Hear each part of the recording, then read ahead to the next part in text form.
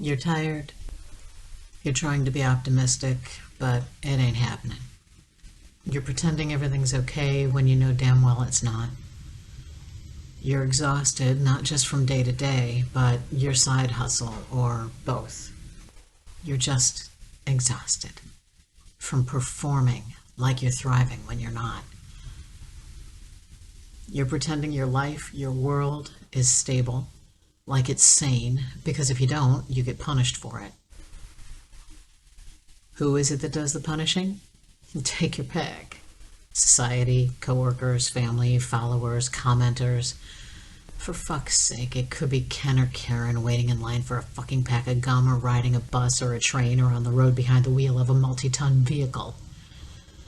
Seems like everyone's waiting, practically foaming at the mouth as they watch for any kind of slip of your mask, so they can, at the very least, say, "See, you're not strong enough.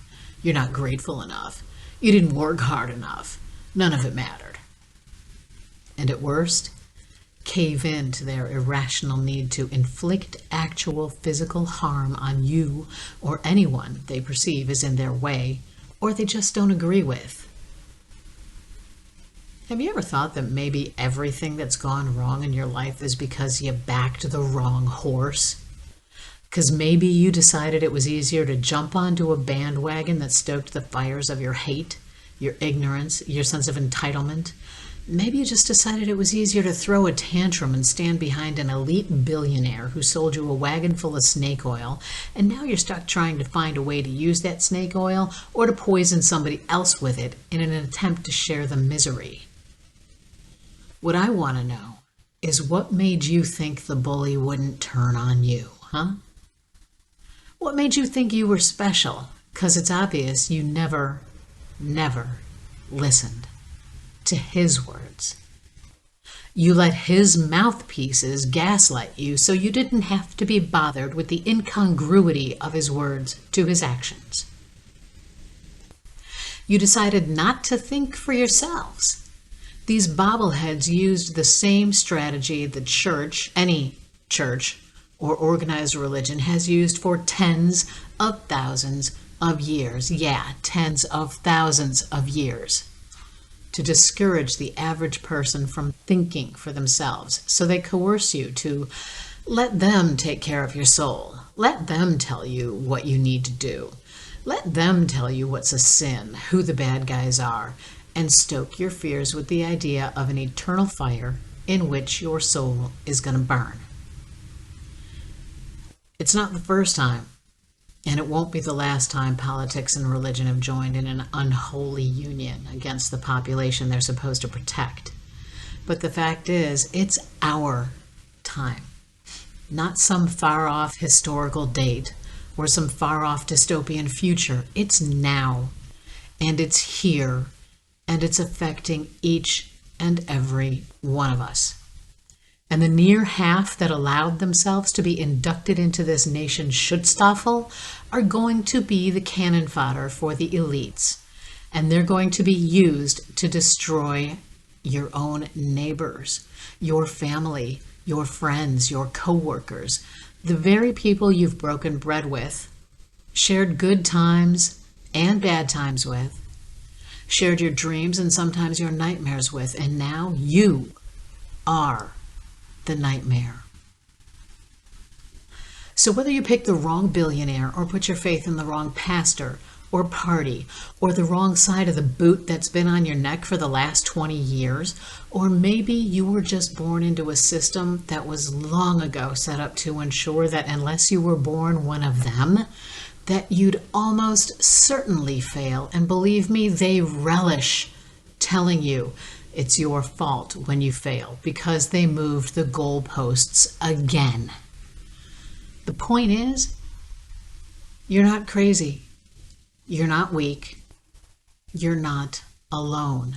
You're in the middle of something designed and intended to keep you angry, hurt, furious, bitter, and primed to fall to the rage that was set on the stove to start heating up from the moment you were born. It's in the performance economy, the social media rage machine. an engineered social collapse that labels traitorous actions and treason as patriotism because that's what you want to hear, and that's what'll keep you burning the books they want you to. They've already made you turn against your God, telling you he's woke, like it's a bad thing to be aware of the suffering of others. They told you he's weak. Turn the other cheek, he said. The ones holding your puppet strings encourage you to hit him back. They stole your comfort, your solace, your peace, and they told you you're not good enough unless you crush anyone who's different, anyone they don't see as worthy. And you said, let me at him. You didn't realize you were nothing more than a cock in their fight. But that's all you are to them. And today, we're going to talk about it. If you're angry right now, good, you should be.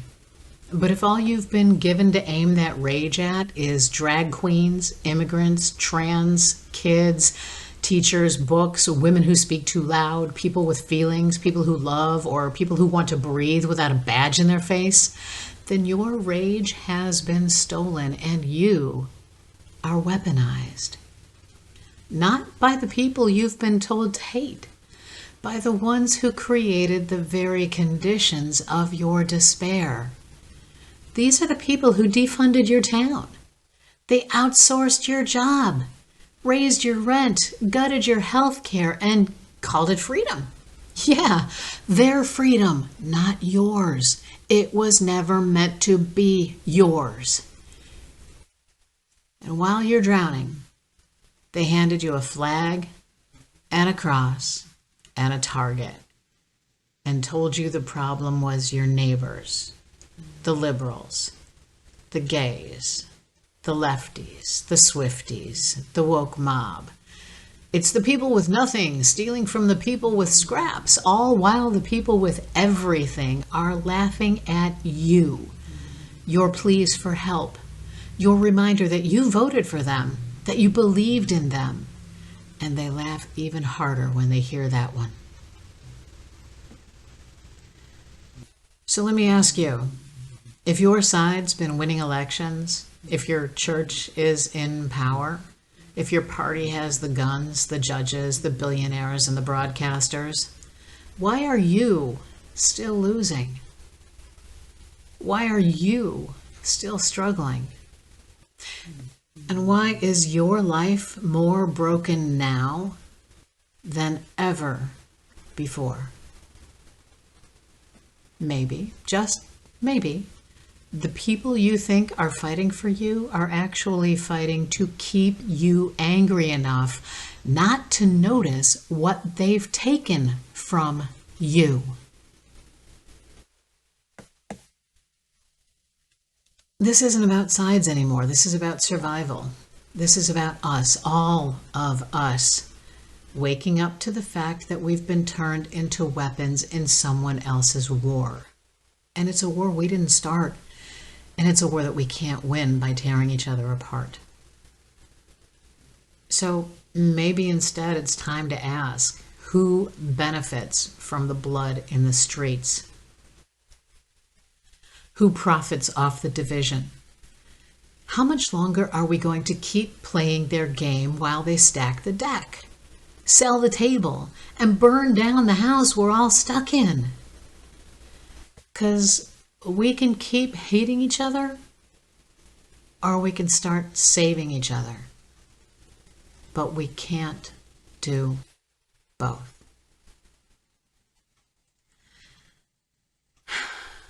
You didn't know you were in a cult.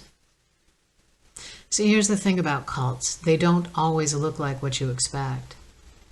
They don't always require you to wear matching jumpsuits or drink the Kool-Aid, although most of the time they do. Sometimes, though rarely, cults can be subtle. They show up as Sunday sermons, political rallies, social media feeds, the places where faith and fear blend so tightly you can't tell one from the other.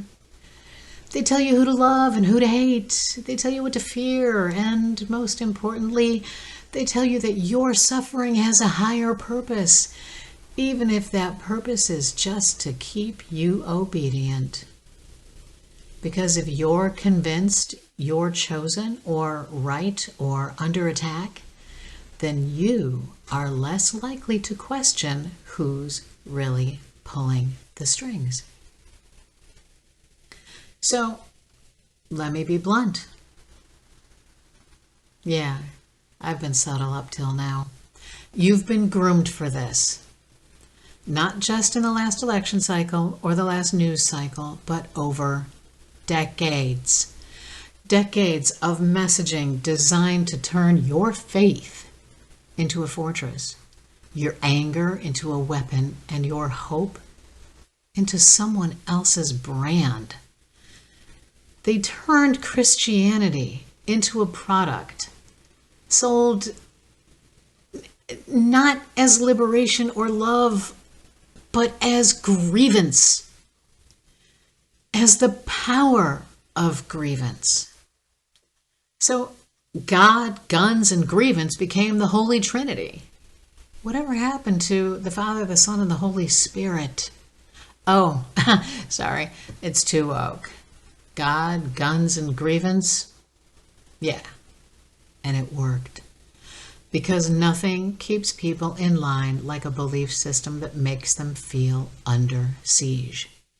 You believe you're defending something sacred, but what you're really defending is a system that sees you as a resource to be mined, nothing more than a foot soldier to be deployed, and a voter to be banked upon.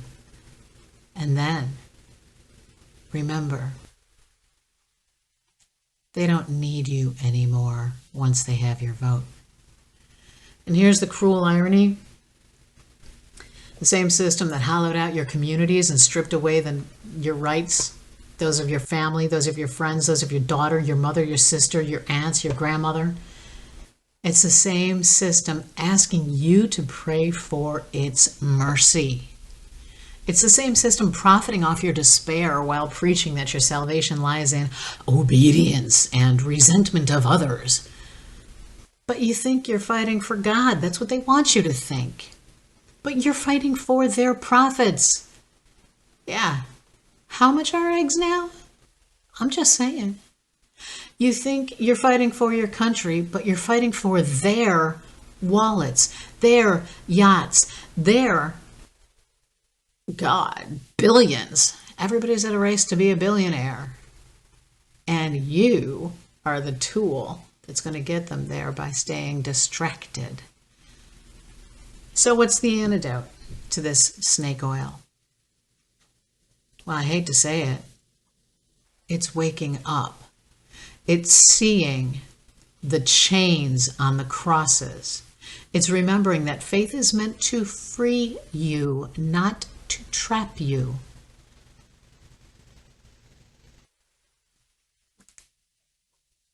It may be daring to say, I don't need my anger handed to me like a weapon. I want to hold it like a torch to light the way, not to burn my neighbors down. Yeah, it may be daring to say that, but it's necessary. And that's where we are right now.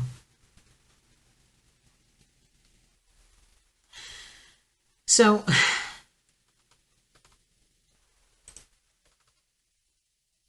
now that we see the cult, the fog, the manipulation, let's talk about what got broken underneath it all. The real thing that's been quietly dying while we were distracted. The social contract. The idea that if you work hard, you get a fair shot. If you pay your dues, your community has your back. If you follow the rules, society holds up its end of the deal. That contract is gone. What replaced it? A market that measures profits over people. A system that says every man for himself. And if you don't make it, well, that's your problem. So think of all the factories that closed. Look at the schools that are crumbling, the hospitals that are being shuttered, the hospitals that are being taken away from small communities. That's not accidental. Those were choices made by people who don't see you as a person. made by people who see you as a cost to be cut so that they can pay for their tax breaks. And here's the kicker. In order to survive, you've had to learn to fake it. Fake the confidence, fake the security, fake the normalcy, because the truth was just plain too raw. Because if you stop pretending, you might not get up tomorrow. So fake it till you make it. That became the survival mantra. And it started back in the 90s. And here's the trap. The fake confidence, it's a house of cards. All it takes is one strong gust of wind and it all falls apart. It's not just about individual grit or willpower. It's about a system that broke the contract in the first place and the system that benefits when we keep pretending everything is fine. So how do we stop pretending? How do we rebuild a contract that wasn't just a myth, but at one point in time, a long time ago, was a real promise? Well, there's a truth, and it's been buried under all the noise and all the rage. The truth is, there's no them without us. The enemy isn't your neighbor, or your coworker, or the person with a different flag on their profile, or a different faith in their heart. The enemy is the system that depends on us fighting each other while they keep taking everything. It's the oldest strategy in the book, divide and conquer. Make us think we're separate tribes instead of parts of the same united body. Make us believe that our survival depends on beating somebody else on the other side. But the truth of it is, we survive when we lift each other up.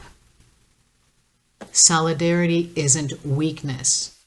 It's the only weapon powerful enough to break this cycle.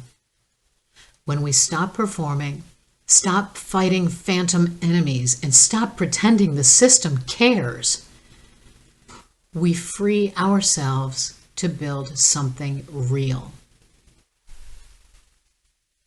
Imagine, if you can, a world where your rage is still there, but focused not on your neighbor, but on the real forces, the real philosophies, and the real people that enabled the system to rob us of dignity, sovereignty, prosperity.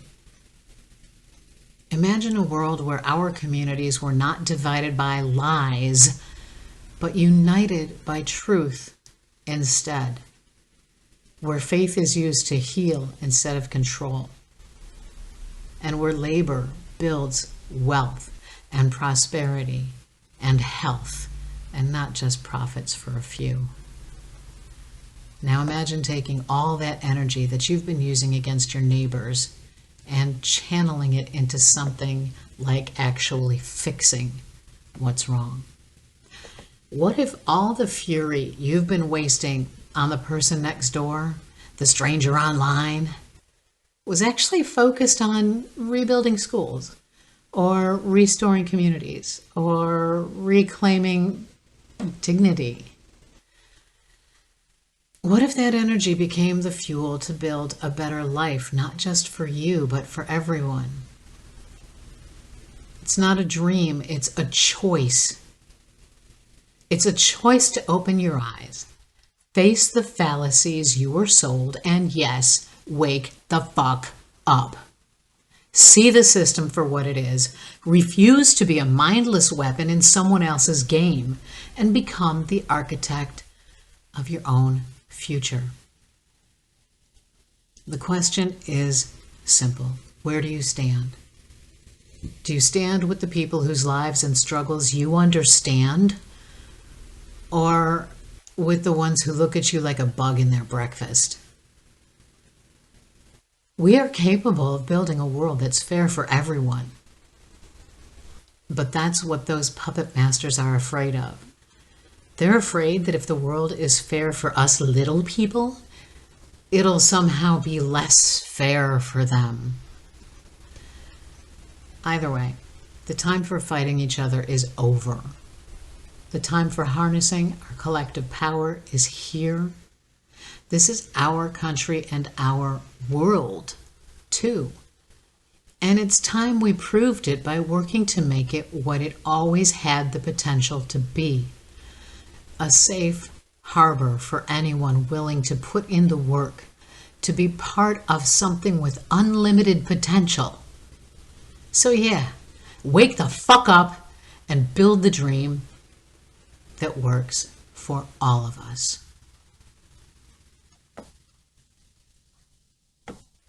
And in case you're wondering, this is not a rally cry to the converted. It's a challenge to the divided, the broken, the tired, anyone who's sick and tired of listening to other people telling them who to fear, who to hate, and why everything is bad. Instead, it's about stopping being a pawn for others and starting to look around at your neighbors, your family, your community, and ask yourself, who benefits if we stay divided? What would happen if we started standing together instead? Your rage isn't wasted. It's fuel. Use it wisely. And before you go, remember this. Change doesn't start with the loudest or angriest shout or the flashiest headline. It starts with choice. The choice to see clearly, to look beyond and behind the lies, to harness the energy of your rage and use it as a tool, not a weapon. Anyway, if you don't get anything else from this episode, I hope you get this. You're not alone. You are not the enemy. And that future, the one where all of us win, it's possible, but only if we build it together. So when you listen to others, listen carefully, not just to the words that stoke your fires, but to who is speaking those words, and ask yourself, what do they get out of me feeling the way that they want me to feel? Speak boldly when you can, but always clearly. I am the Entangled Cynic, your host. Thank you for being here. Until next time, help when you can, stay safe, stay well, and stay entangled.